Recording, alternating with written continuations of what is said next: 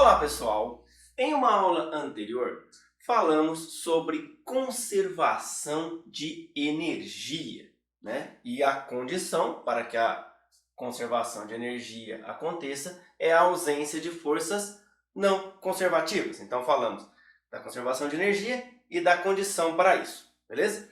Muito bem, na aula de hoje nós vamos falar sobre mais um tipo de conservação, a saber, a conservação do momento linear. E vamos falar também da condição para que isso aconteça, que eu já vou adiantar, é a ausência de forças externas. Ah, você não sabe o que é momento linear, você não sabe o que são forças externas. Aguenta aí que você vai aprender na aula de hoje, beleza? Muito bem. Bom, antes de falarmos de conservação, precisamos definir o que é momento linear, também chamado de quantidade de movimento. É uma grandeza vetorial que surge do vetor velocidade multiplicado pelo escalar massa, né? Esse produto por escalar resulta um vetor que nós chamamos de momento linear e usamos para representá-lo a letra P, beleza? Muito bem! Como o próprio nome diz, quantidade de movimento é uma grandeza que nós estamos introduzindo agora que busca quantificar o quanto um corpo se move, beleza? Para isso, nós pegamos duas grandezas que estão relacionadas com o movimento, que é a massa e a velocidade. Como assim estão relacionados com o movimento, Daniel? Vou dar um exemplo. Suponha que nós temos uma bola de futebol. Uma bola de futebol se movendo a 10 metros por segundo, 36 km por hora. Eu não preciso ser um jogador profissional para parar essa bola com as mãos. Porém, se eu tiver uma carreta, né, um caminhão, uma coisa muito pesada, né? Imagina um caminhão, uma carreta carregada, pesa dezenas de toneladas, né? Não é muito inteligente eu tentar parar esta carreta com as mãos, mesmo que ela esteja numa velocidade baixa. E eu digo baixa para a nossa realidade cotidiana, né? 10 metros por segundo, a mesma que eu atribuí à bola. 36 km por hora. Tenta parar uma carreta com 36 km por hora para você. Opa, pensando bem? Tenta não, que é um risco muito grande à sua integridade física, beleza? Porém, se eu pegar a mesma bola, que é um objeto de massa pequena, e elevar a sua velocidade a 100 metros por segundo, eu vou ter muita dificuldade de parar essa bola, pelo menos com as minhas mãos, certo? Ou seja, tanto faz eu aumentar a massa, como aumentar a velocidade, eu estarei aumentando a quantidade de movimento. Daniel, para aí. Você usou esse mesmo exemplo para falar de energia cinética, ou eu estou enganado? Não, meu caro, você não está enganado. Eu usei sim este mesmo exemplo da bola de futebol, que pesa aí em torno de meio quilo, 400 gramas, e da carreta, né, que pesa várias toneladas, ou seja, vários mil quilos, dezenas de milhares de quilogramas, e velocidades diferentes para mostrar que energia cinética era uma energia que quantificava a quantidade de energia de um movimento. Muito bem. Daniel, para que então criar duas grandezas diferentes que estão procurando quantificar a mesma coisa? Alto lá, né? Não estão quantificando a mesma coisa. Temos que pensar que energia cinética tem velocidade ao quadrado. Então, na quantidade de movimento, nós temos o mesmo peso da massa e da velocidade, né? É linear nos dois, ou seja, cresceu a massa, linearmente cresce o P. Cresceu a velocidade, linearmente cresce o P, né? E a diminuição acontece também de forma linear, a relação entre elas. Na energia cinética, a velocidade está ao quadrado, então aumentar a velocidade aumenta quadraticamente o K, enquanto que aumentar a massa aumenta apenas linearmente o K. Isso é uma coisa, certo? Outra coisa P é uma grandeza vetorial, enquanto que K, energia cinética, é uma grandeza escalar. Então, só aí nós temos um tratamento matemático muito diferente, certo? Não só matemático, como do ponto de vista fenomenológico também. Esse aqui tem direção e sentido. A energia cinética, não. Então, por exemplo, esse P, vem vindo uma bola na minha direção, 10 metros por segundo, como eu disse. Eu dou um tapa nela aqui, pá! Ela sai voando para lá, certo? Ela vinha vindo para cá, eu dei um tapa tão forte que ela deixou de andar para cá e começou a andar para lá, certo? Muito bem. Eu mudei o P, porque eu mudei a direção, beleza? Mudou a direção, automaticamente muda o sentido. Mudou a direção, mudou o sentido. Então, se mudou direção e sentido, mudou o P, beleza? Enquanto que na energia cinética, se a bola vem vindo com 10 metros por segundo, eu dei um tapa aqui, e ela continuar aqui com 10 metros por segundo, a energia cinética é a mesma. Tranquilo? É uma grandeza escalar, a energia cinética. Então, o fato de mudar direção e sentido da velocidade não muda a energia cinética. Tranquilo? A diferença, né, também é vista na unidade, na dimensão, né? Como eu disse, na energia cinética nós temos velocidade ao quadrado, então a unidade de energia cinética é quilograma metro quadrado por segundo ao quadrado, enquanto que a dimensão de momento é quilograma metro por segundo. Se tem unidades diferentes, são grandezas diferentes. Então, uma coisa eu ia dizer que não tem nada a ver com a outra, mas tem a ver uma com a outra, né? Inclusive, eu posso achar uma relação entre as duas, que eu não vou falar agora, mas enfim, até tem uma relação, mas são coisas diferentes. E o principal motivo para eu criar uma nova grandeza é a sua utilidade, né? Eu posso criar aqui qualquer grandeza que eu quiser, inventando grandezas ou até combinando grandezas já existentes. Se eu pegar aqui massa, velocidade, energia, quantidade de movimento, enfim, tempo, espaço, e ficar multiplicando uma pela outra, dividindo uma pela outra e somando, né, fazendo aqui uma combinação aleatória, eu vou criar uma nova grandeza. Sim, vou criar uma nova grandeza. E provavelmente você nem vai descobrir que eu criei essa grandeza, porque se ela for algo muito esdrúxulo, eu nem vou conseguir publicar isso numa revista. E o mundo não vai ficar sabendo que eu criei essa unidade, essa grandeza, beleza? Então, só vai vingar, só ficará para a posteridade as grandezas que forem úteis. Tranquilo? Muito bem, e nesse momento você deve estar pensando, qual é então a utilidade de momento linear?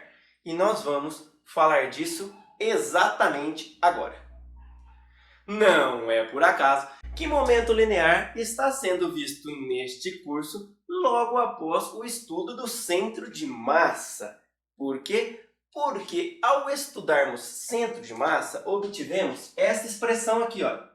Posição do centro de massa, posição, grandeza vetorial, é 1 sobre a massa total do sistema, somatório em I de 1 até N de MI/RI, onde N é o número de corpos que eu tenho no meu sistema. Estou tomando aqui o caso discreto, beleza? No caso discreto, esta é a expressão.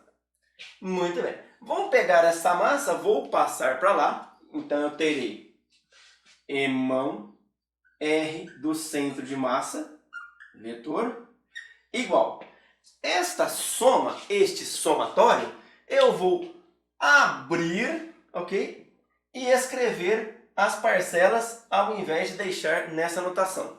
Então, vamos lá. Será M1, posição 1, mais MN, RN. Ó, já queria pôr vetor em cima da massa, hein? Ô, louco, gente, acho que eu não acordei ainda. Né? O bom é que você que está assistindo o vídeo não sabe que hora que eu gravei, né? Pode ser 3 horas da tarde que eu digo que eu não acordei ainda e vocês acham que a aula está ocorrendo cedinho, né? Ó, jogada essa, hein? Beleza, pessoal? Muito bem. Vou derivar esta expressão, né? Eu peguei a expressão, abri, e agora eu vou derivar esta expressão. Bom, derivando então essa expressão, o que eu vou ter? Deste lado aqui, ó, massa sai para fora da derivada. Vou fazer direto, tá, gente? Derivada da posição do centro de massa. Vou derivar com relação ao tempo. É igual. M1 também sai para fora da derivada. Derivada da posição da partícula 1 com relação ao tempo. E assim vai para todas as outras. Beleza? Vamos lá? Mn, Drn, dt. Beleza? Muito bem. Pessoal, olha só.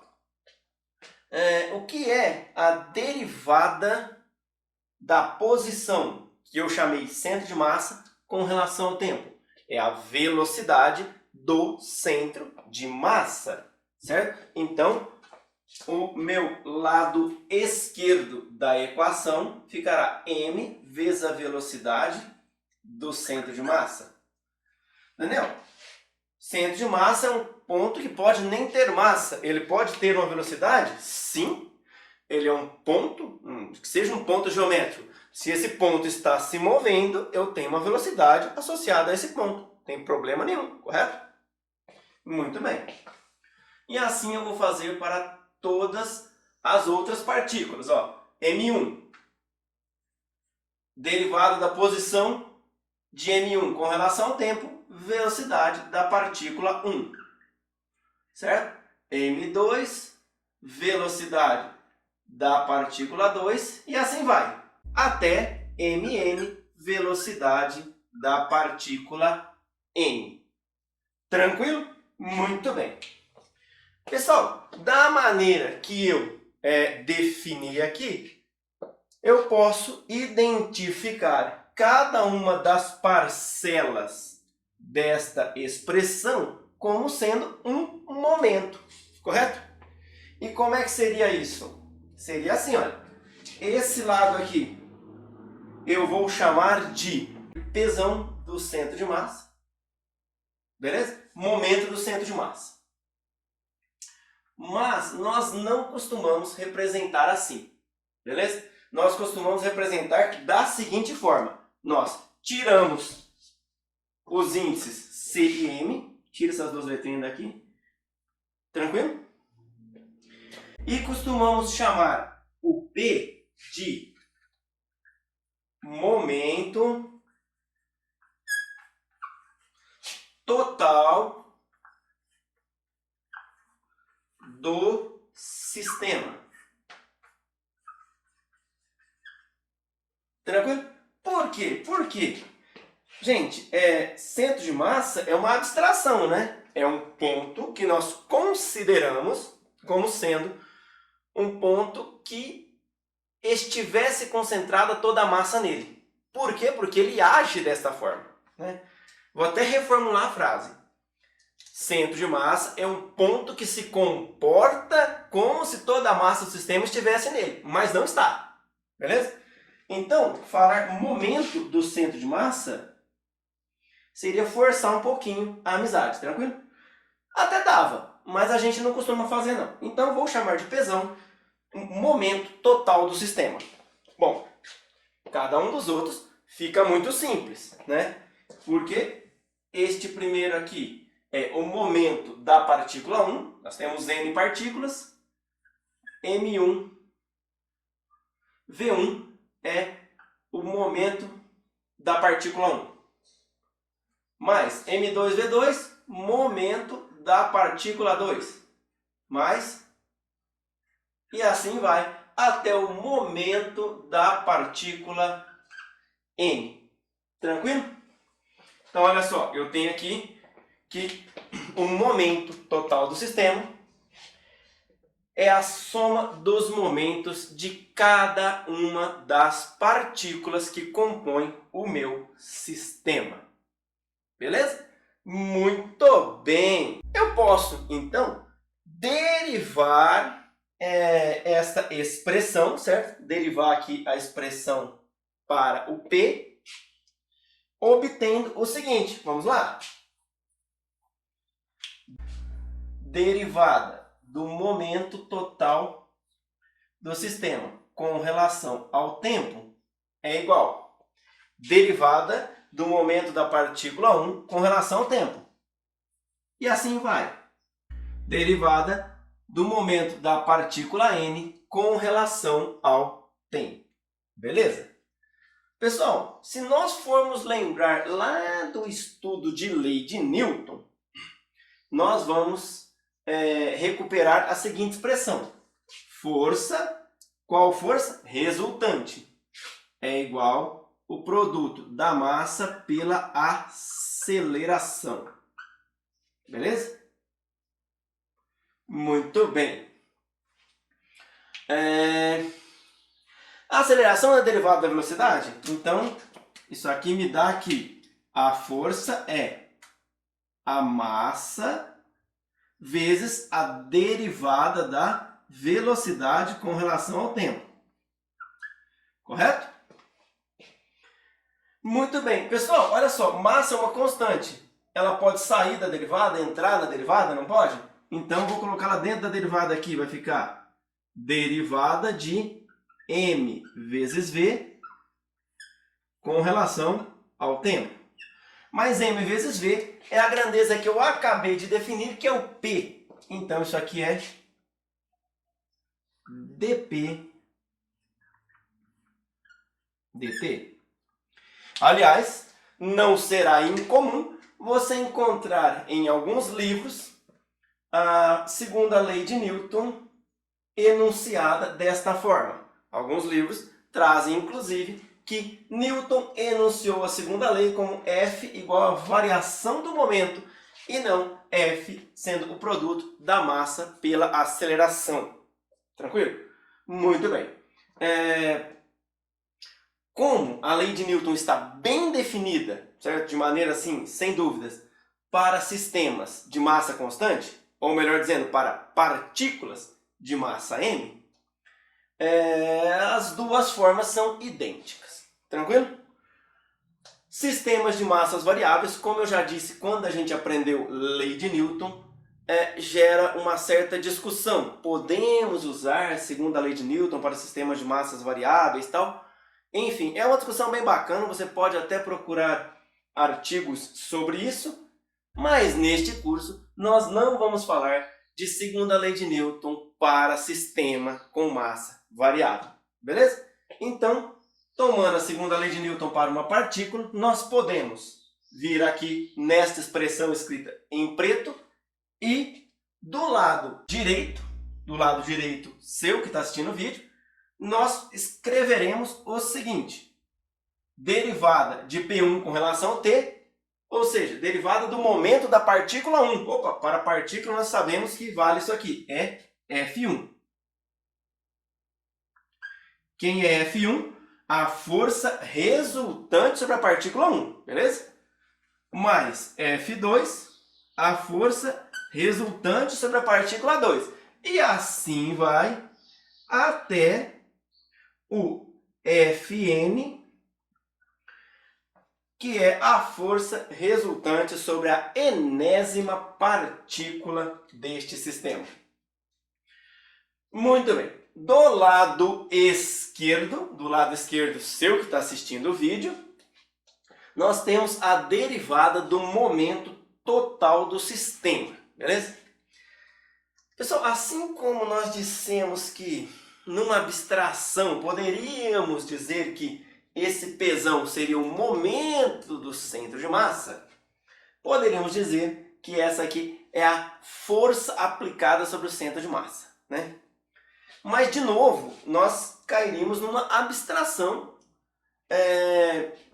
Por quê? Imagina, o centro de massa pode nem ter massa. Pode nem ser um ponto onde eu possa aplicar uma força. Pode ser um ponto vazio. Não tem nada lá naquele lugar. E eu estou falando que eu vou aplicar uma força num lugar que não tem nada. Então, imagina, eu tenho aqui uma caneta aqui, outra aqui e outra aqui. Beleza?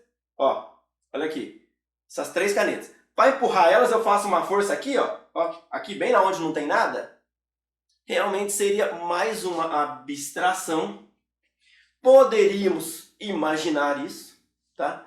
Mas nós não vamos fazer essa imaginação, não vamos a esta abstração, vamos parar neste ponto da forma que está, dp dt.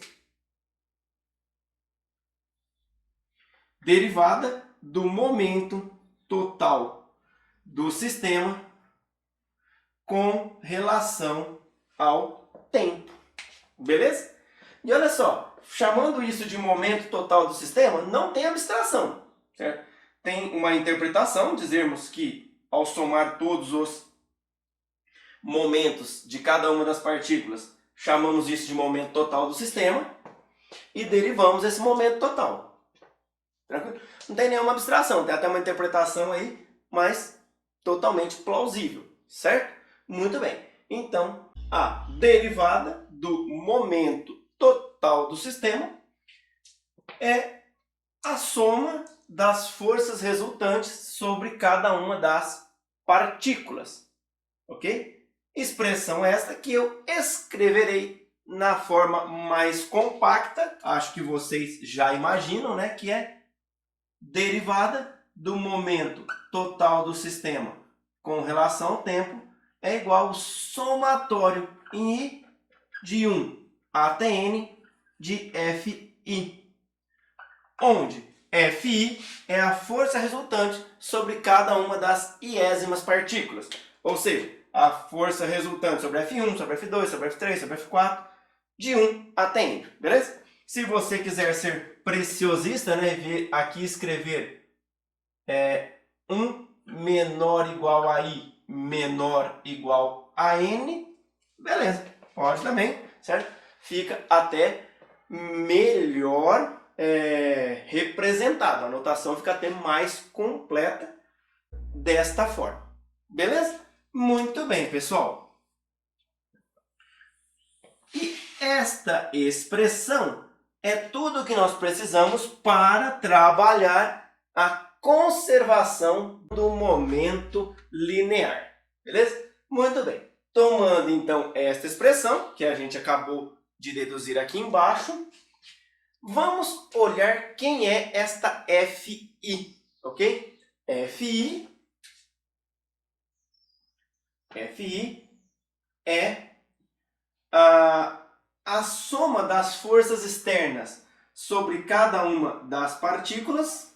Então eu vou escrever assim, ó, Fi externo, ou seja, sobre uma partícula aí pode ter muitas forças, pode ter eu aqui, ó, né, um agente externo, eu não faço parte do sistema, estou empurrando a partícula 1, a partícula 2, né, uma partícula aí qualquer. Eu posso estar empurrando, a Terra está puxando essa partícula. Se forem partículas eletricamente carregadas, pode haver uma força de atração, né? Cargas iguais se repelem, cargas diferentes se atraem, então pode ter uma atração ou uma repulsão entre elas. Elas podem estar ligadas por uma mola, então pode ter uma força elástica entre elas. Enfim, muitas forças podem atuar sobre a minha partícula, beleza? Esta força que eu realizei, não faço parte do sistema, força externa. Força que a gravidade realiza sobre a partícula, força externa. Força de atração ou repulsão elétrica, força interna, certo? Porque é uma força que a partícula 2 realiza sobre a 1 e a 1 realiza sobre a 2, certo? Ação e reação. Se elas estiverem ligadas por uma mola, também uma força interna, certo? Porque essa puxa aquela, aquela puxa essa, ou essa empurra aquela empurra essa, beleza? Então nós podemos ter uma força externa resultante. No exemplo que eu dei, a força externa resultante seria a soma de eu empurrar mais a Terra estar puxando, tranquilo? Mais uma soma em J de 1 até N de FJI. Na minha notação, eu estou dizendo que FJI é força que J aplica em I. Existem notações que são contrárias, tá? Que diz assim, força em J devido a I. Enfim, são notações distintas. A minha eu vou repetir. Força que J está aplicando em I. Tá bom? Então, sempre que eu escrever FJ, pelo menos hoje aqui nessa lousa eu estou usando essa notação, FJI, força que J aplica em I. Beleza? Muito bem. Vamos pegar um exemplo? Ó, vamos pegar o exemplo, aqui ó, vou aqui. Vou até escrever em vermelho para destacar bem. Exemplo. F1. Beleza? F1 é força externa em 1 mais força que 2 aplica em 1. Beleza? Ó, então, sobre 1 tem uma força devido a 2. Ó, vou desenhar ela aqui como sendo uma força de atração. Beleza? Temos também a força que 3 aplica em 1. Beleza? Olha só. Força que 3 aplica em 1. Eu vou desenhar aleatoriamente como sendo uma força de repulsão. Força que 3 aplica em 1. Força que 2 aplica em 1. Beleza? E assim tem a força que 4 aplica em 1, força que 5 aplica em 1, força que I aplica em 1, até a força que N aplica em 1. Beleza? Então essas são as forças internas, tá? Eu não escrevi, mas essa aqui são as forças internas. Beleza? Eu especifiquei um pouco mais ela, que nós sabemos melhor dizer quem são elas. Beleza? E assim vai então. Ó. Vou pôr aqui 3 pontinhos, querendo dizer que segue o baile. Beleza? Muito bem. Pessoal, mas por ação e reação, se 2 aplica uma força em 1, significa que 1 aplica uma força em 2. Certo? Essa força tem o mesmo módulo, a mesma direção e sentidos opostos. Então, eu vou escrever aqui força que 1 aplica em 2. Beleza? Essa aqui, força que 1 aplica em 2. Da mesma forma, eu vou vir aqui sobre 3 e vou desenhar, vou trocar esse 3 de lugar aqui, ó. Vou desenhar aqui uma força repulsiva, força que 1 aplica em 3. Beleza? Vamos até desenhar o M aqui de novo, ó. Beleza? Muito bem. Lembrem-se que quando a gente estudou lei de Newton, a terceira lei de Newton, ação-reação, eu chamei muito a atenção e frisei que ação e reação não se anulavam. E realmente, sobre uma partícula não se anulam, porque são aplicadas em corpos diferentes. Olha, a ação de 2 sobre 1 é aplicada sobre o corpo 1. A reação de 1 sobre 2 é aplicada no corpo 2. Então, se eu estiver fazendo a dinâmica de uma partícula, ação e reação não se anulam. Que é o que eu estou fazendo aqui, olha só. Tá vendo? Eu estou fazendo a dinâmica sobre uma partícula, né? Sobre a partícula 1, aqui que eu tomei como exemplo, beleza? Mas quando eu fizer a dinâmica sobre todas as partículas, ou seja, a dinâmica total do sistema, que é pegar Fi e colocar aqui dentro e somar sobre todos os Is, né? Vamos fazer isso? Vai ficar assim, ó. Somatório em I de 1 até N de Fi externo mais somatório em I de 1 até N, que é esse aqui, do somatório em J de 1 até N de FJI. Beleza? Ou seja, quando eu fizer esta soma toda, o que é que nós vamos ter? Beleza? Eu vou apagar aqui esse exemplo e vou utilizar esse pedaço aqui, ó. Beleza? Eu vou Ó, isso aqui é força externa, eu vou tirar também do... Vou fazer só a soma aqui, tá? Vou usar esse espaço para realizar só essa soma aqui, que é isso aqui, ó, né?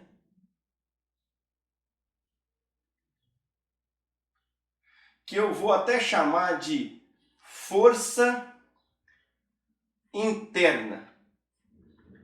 Beleza? Vou chamar assim de força interna, sem índice, sem nada, querendo dizer que é a soma de todas as forças sobre todas as partículas. Beleza? O que é isso? Ó, vou fazer um igual aqui, ó. Sinalzão de igual grandão, beleza?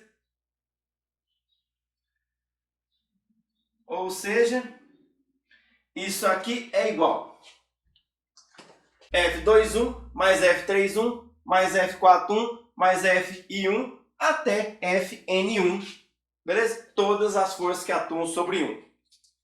Mais todas as forças que atuam sobre 2. Seria F12 mais F22 não existe. F32, F42, vai embora, beleza? Mais todas as forças que estão atuando sobre 3. F1, 3 mais F23 mais F43, F e 3 até Fn3, beleza? Faz a soma sobre todas elas. Muito bem, pessoal, vamos colocar aqui os vetorzinhos, né? Ó, esse aqui é vetor, só para ficar uma anotação bonitinha, né? Se eu esquecer em algum, você completa mentalmente aí, mas só para ficar uma anotação bonitinha. Vamos utilizar aqui o seguinte, a terceira lei de Newton, beleza? Vamos lá, terceira lei de Newton nos diz que F12 é igual a menos F21. Certo? Não é isso? A terceira lei de Newton nos diz que a força que 2 aplica em 1 é igual à força que 1 aplica em 2 em módulo e direção, porém tem sentidos opostos. Eu já disse isso mais de uma vez, mas vou correr o risco de ser repetitivo, né? Quando eu ensinei lei de Newton, eu chamei muita atenção para o fato de que ação e reação não se anulam.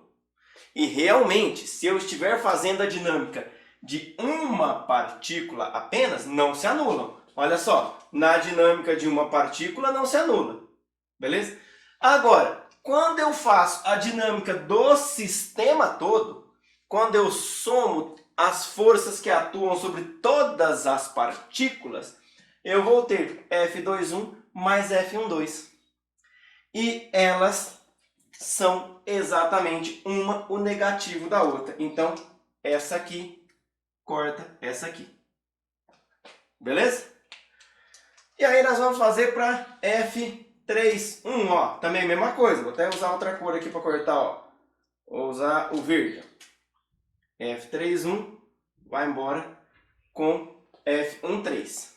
Beleza? Também se anulam porque tem sentidos opostos. De forma mais genérica, quando eu uso aqui F e J igual a menos FJI, certo? E coloco essa relação aqui dentro, eu obtenho que esta soma toda, que representa a soma de todas as forças internas que atuam sobre o sistema, é zero. Beleza? Então, o somatório das forças internas do sistema é zero. Beleza? Daniel, mas então quer dizer que o fato de ter uma partícula puxando outra, né, não quer dizer que elas podem se mover aqui? Tipo, elas não podem. Uma não pode chegar perto da outra? Pode, tá? Pode haver uma dinâmica interna do sistema. Beleza? O que não pode aqui, né, que essa soma igual a zero diz que não pode, é as forças internas causarem uma alteração na dinâmica total do sistema, que nós aqui representamos pela dinâmica do centro de massa. Beleza? Aqui, ó. Beleza? Dinâmica do centro de massa. Muito bem. Só para manter aqui a anotação, ó, vou tirar isso aqui que eu escrevi diferente, né? Só para ficar a anotação igual. Poderia ser assim, mas vamos fazer de uma forma padrão. Beleza? Vamos lá, então. Bom, se isso aqui é zero, o que sobra dessa expressão, então?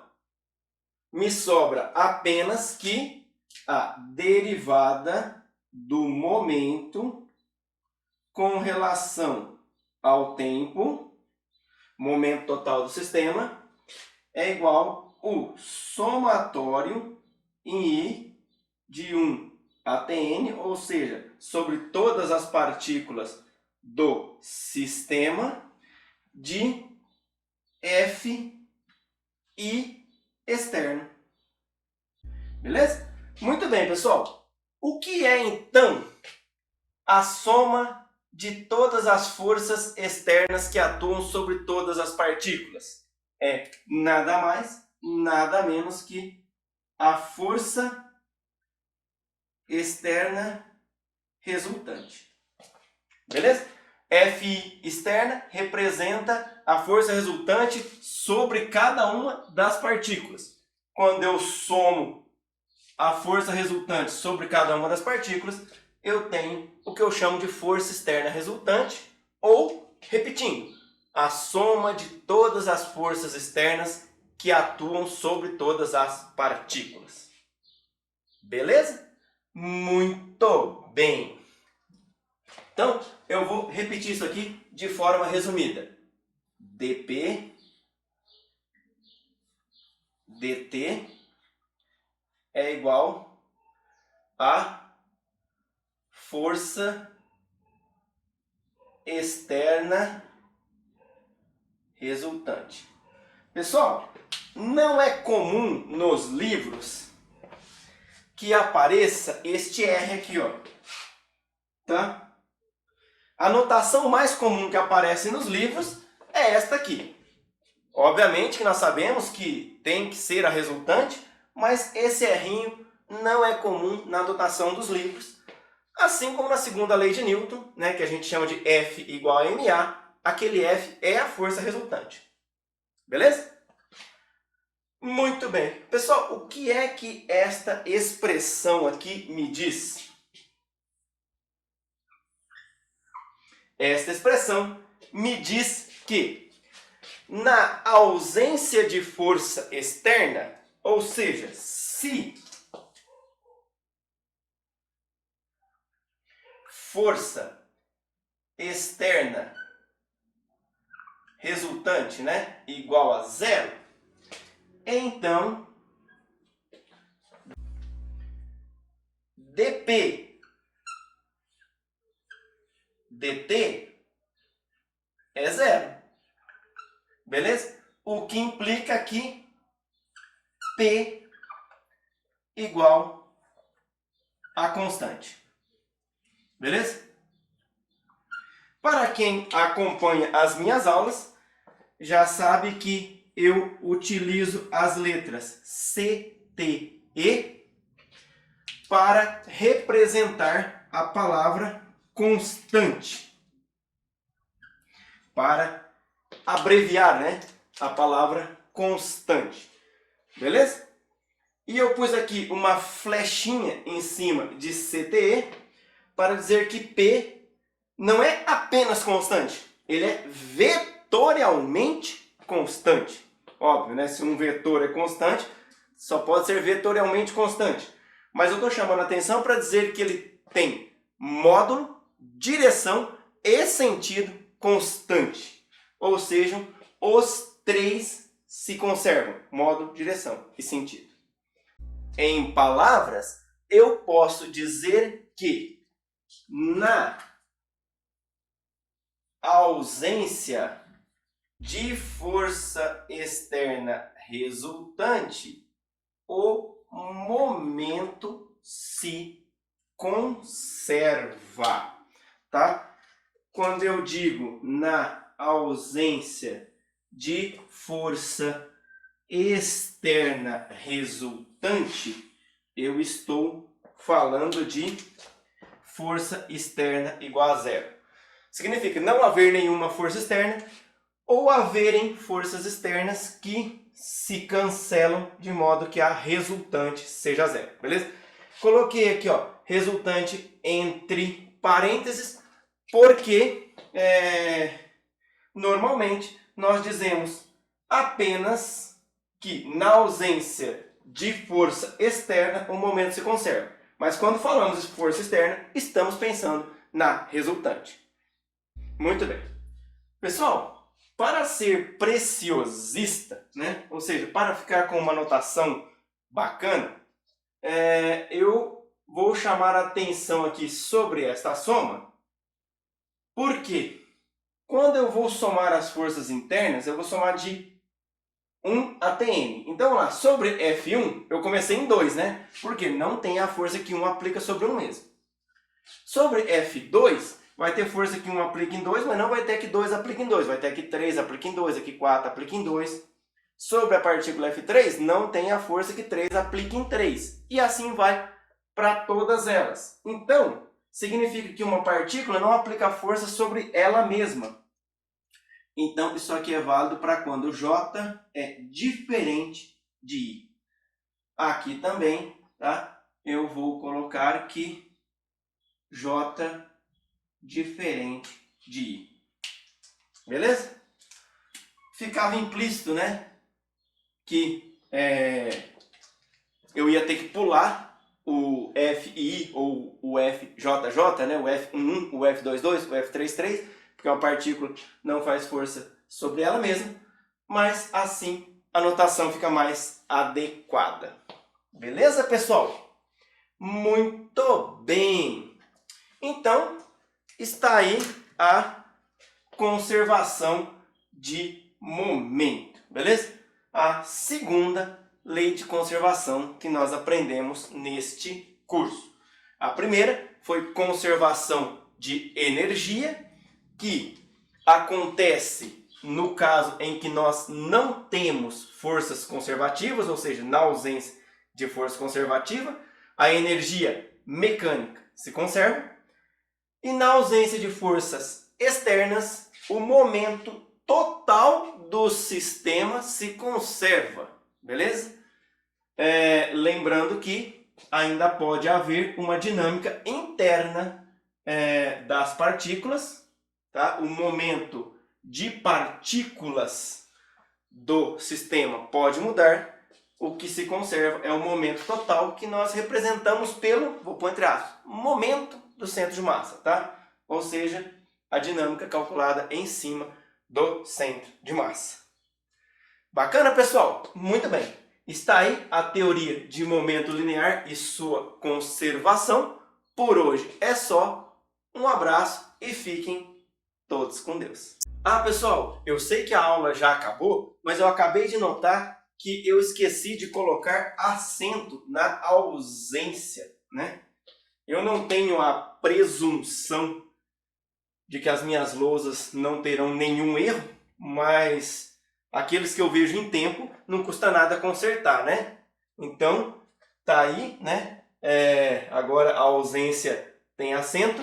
Eu não sei nem por que tem acento na ausência, né? Se vai ficar ausente, poderia ficar sem acento. E deixa para quem está presente sentar. Beleza? Piadinha infame. E de novo, um abraço e fiquem todos com Deus.